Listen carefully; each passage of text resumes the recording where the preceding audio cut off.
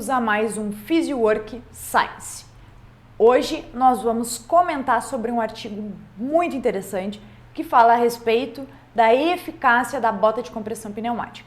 Eu, Fernanda Della Costa, estarei aqui com vocês para a gente destrinchar todo esse artigo e poder comentar os principais achados do que a ciência traz a respeito da eficácia das botas de compressão. Sempre vai ter alguém que vai te perguntar: fulano, funciona bota de compressão? Recover, vale a pena fazer? Sempre vocês vão ver aquele atleta amador que saiu da sua corrida de 5K e foi lá fazer um recover porque disseram que era a melhor forma de recuperar a musculatura depois no exercício extenuante. Será que isso é verdade? Então, portanto, eu trouxe hoje para vocês um artigo que traz como hipótese a comprovação da eficácia ou não das botas de compressão pneumática sobre danos musculares, tá? Então vamos falar direitinho dele, eu vou explicar para vocês, vamos destrinchar ele ponto a ponto e aí no final a gente traz as nossas conclusões e a minha opinião baseada em evidência científica, o que eu utilizo na minha prática clínica, correto? Portanto, esse estudo ele foi publicado na Sport Science no ano de 2021, uma revista bem importante que traz conteúdo científico relevante, de fator de impacto alto, tá? Então é uma revista que a gente pode confiar, que a gente pode fazer uma leitura crítica a respeito desse estudo, tá? Os autores que trouxeram esse estudo, que propuseram, eles são da Universidade de Educação Física de Varsóvia, especialmente do Departamento de Educação Física e Saúde, lá da Polônia. Tá? Então, eles utilizaram um grupo de pesquisa polonês, né, utilizou como base indivíduos moradores desta região. Tá? Por que eu trago isso? Porque é importante que na hora de vocês lerem o estudo, vocês entendam qual a população está sendo estudada. Porque tem diferença. Eu fazer a comparação com indivíduos poloneses e nórdicos lá da Europa, né, do que eu fazer comparação com indivíduos aqui do Brasil. Então não é porque eu tenho uma pesquisa que comprova ou não a eficácia que eu posso trazer ela e tomar como verdade absoluta. Não, mas eu posso ter uma diretriz, uma doutrina e um caminho a seguir a partir dos resultados, correto? Então vamos lá. O nome do artigo é o seguinte: a eficácia da compressão pneumática intermitente e negativa sobre a terapia de dano muscular e se elas melhoram os marcadores de dano muscular. Ele é um ensaio clínico randomizado, tá? O que é isso? É um desenho de pesquisa, o qual ele tem lá na classificação de evidência, de qualidade de evidência, ele está no topo. Então, o ensaio clínico randomizado é o que a gente tem de melhor evidência e depois dele são as revisões sistemáticas, que aí a gente pode falar num outro estudo quando eu trouxer, mas a gente tem uma pirâmide de qualidade de estudo.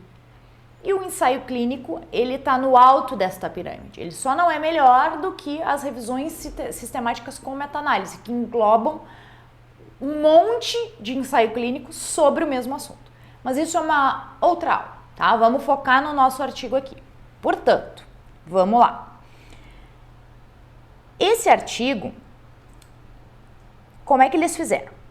Eles recrutaram um total de 67 homens saudáveis com idade entre 18 e 26 anos que estivessem ativamente praticando atividade física. Qual é essa atividade física? Poderia ser ginástica, poderia ser treinamento funcional ou poderia ser esportes em equipe, desde que eles estivessem ativamente praticando estes exercícios de forma recreativa por 3 ou 5 horas semanais. Então ali, dentro de 7 dias, eles tinham que determinar de 3 a 5 horas para atividade física de forma recreacional.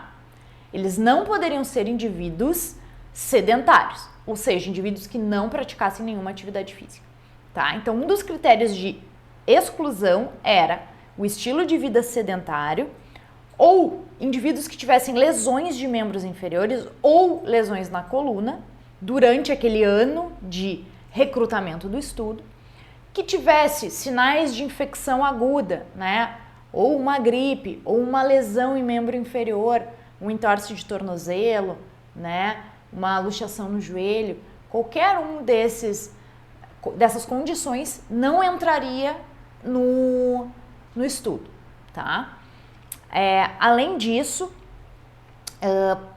para ser incluído no recrutamento dos participantes, eles precisavam passar por uma avaliação de elegibilidade, ou seja, eles precisariam passar por uma avaliação para ver se eles eram aptos ou não a estar participando dentro dos critérios de inclusão do estudo. Sendo assim, 20 participantes foram excluídos, o que restou em 45 homens, tá, do sexo masculino, alocados em grupos de tratamento.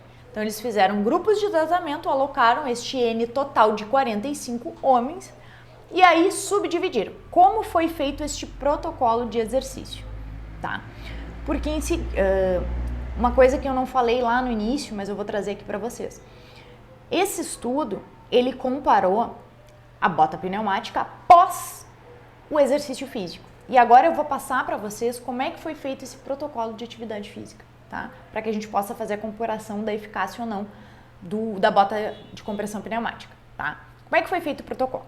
O protocolo de exercício, ele foi constituído de 100 saltos com aterrissagem, tá? Que é uma forma de a gente fazer um exercício excêntrico, tá? E este exercício excêntrico, por ser uma contração mais vigorosa e mais forte, ela exige mais da musculatura, portanto faz mais dano muscular. Ou seja, o grupo que fez o treinamento, ele tinha que saltar 100 vezes e aterrissar com os 2 pés no solo.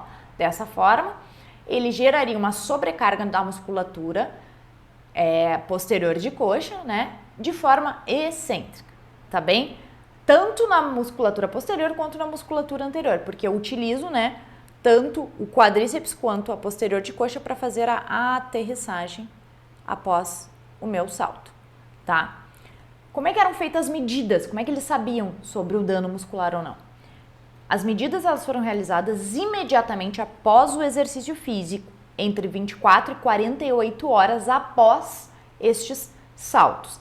E eles avaliaram, então, a dor e índices séricos, marcadores séricos, que eu vou trazer para vocês mais à frente, de dano muscular, tá? Como quantidade de ácido lático, CK, tá? Vou trazer mais a fundo para vocês poderem entender o que foi medido sobre estes marcadores musculares, de dano muscular, tá? Além disso, o protocolo foi aleatório, tá? Então, eles designaram em 3 grupos, esses 45 homens, de forma aleatorizada. Tu pode botar num programa, tu pode sortear, né? E aí tu vai dividir eles em cada grupo, certo? Quais foram esses grupos? A gente tinha um grupo de compressão pneumática intermitente, um segundo grupo de compressão pneumática negativa e um terceiro grupo de terapia de microcorrentes simuladas, ou seja, placebo, tá? Então eram 2 grupos de terapia com bota compressiva e um grupo placebo, para que a gente pudesse fazer esta comparação, correto? Dito isso, tá, pessoal? Quais foram, então, as implicações que a gente tem clínica para esses atletas e para a prática de reabilitação, né? O que isso traz, né, para a gente?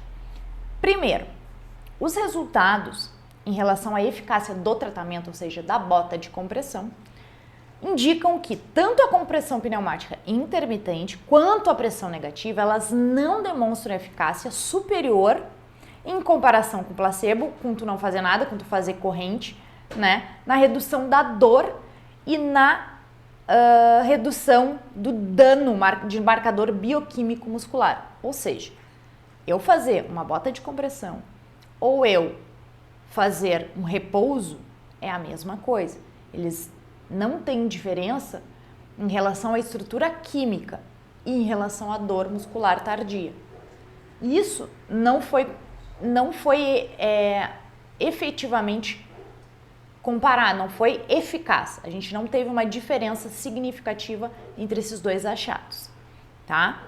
Portanto, isso sugere que esse método pode não ser tão eficaz quanto o que a gente pensava sobre recuperação muscular após o exercício excêntrico. Lembre sempre disso.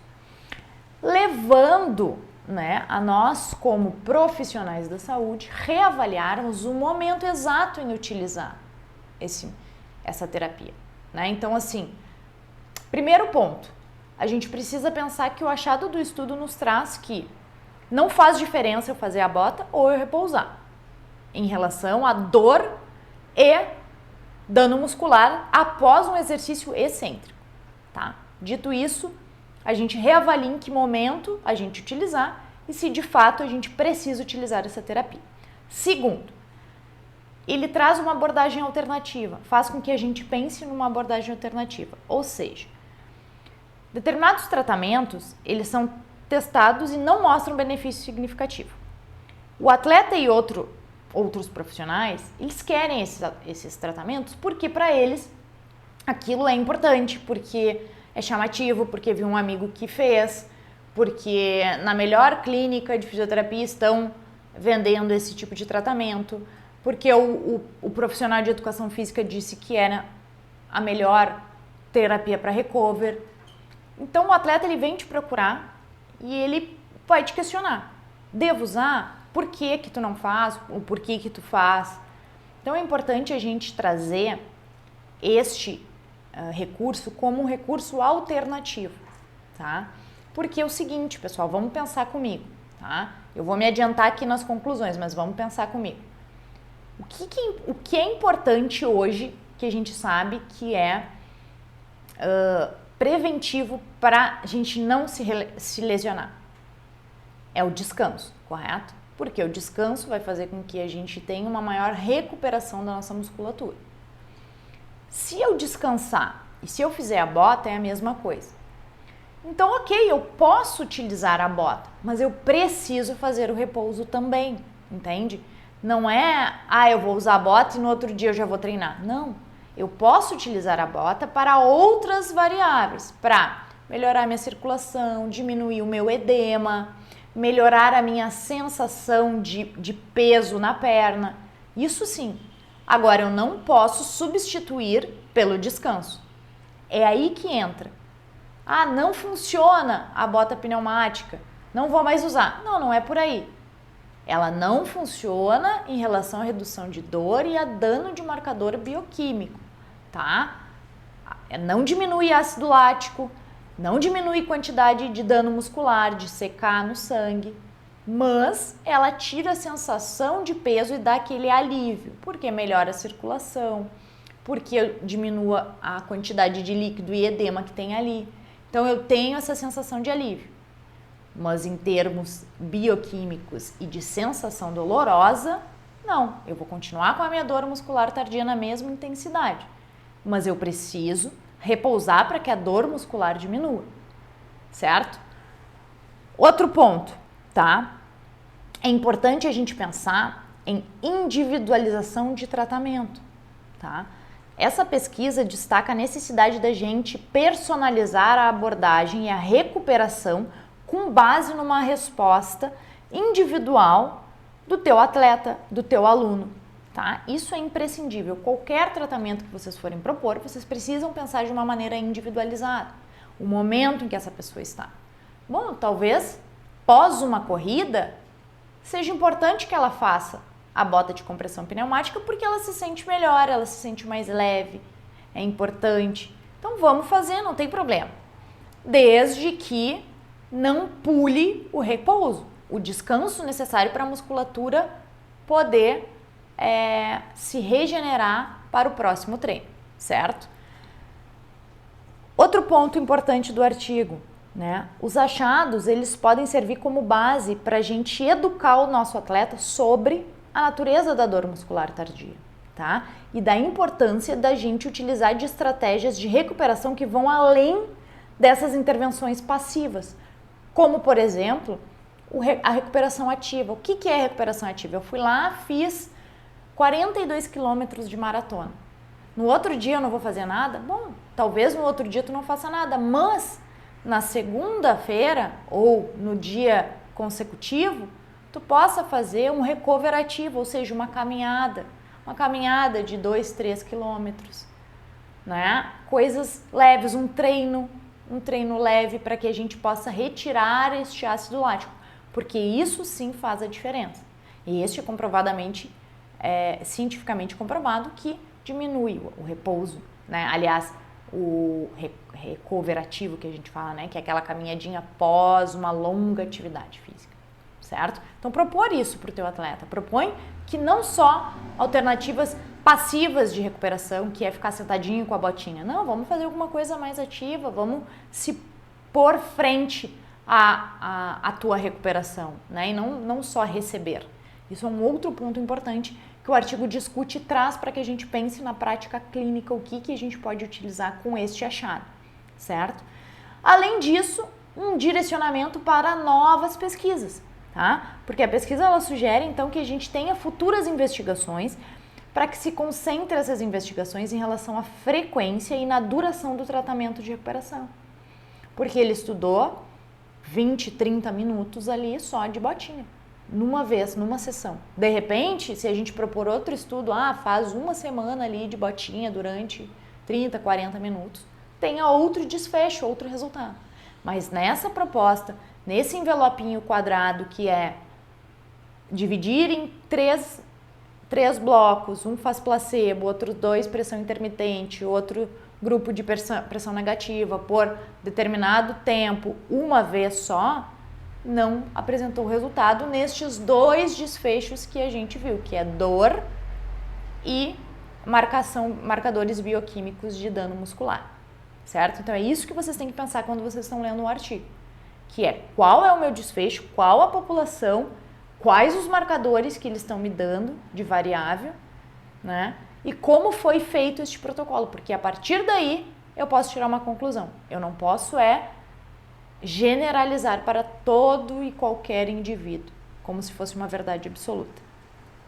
Correto? Portanto, recapitulando as nossas conclusões, os nossos achados, né? O artigo, então, nos traz que, em relação à dor muscular, a percepção subjetiva de dor, medida pela escala analógica visual de dor, não teve aumento nas primeiras 24 horas. Ou seja, a gente geralmente tem um pico, né, de dor.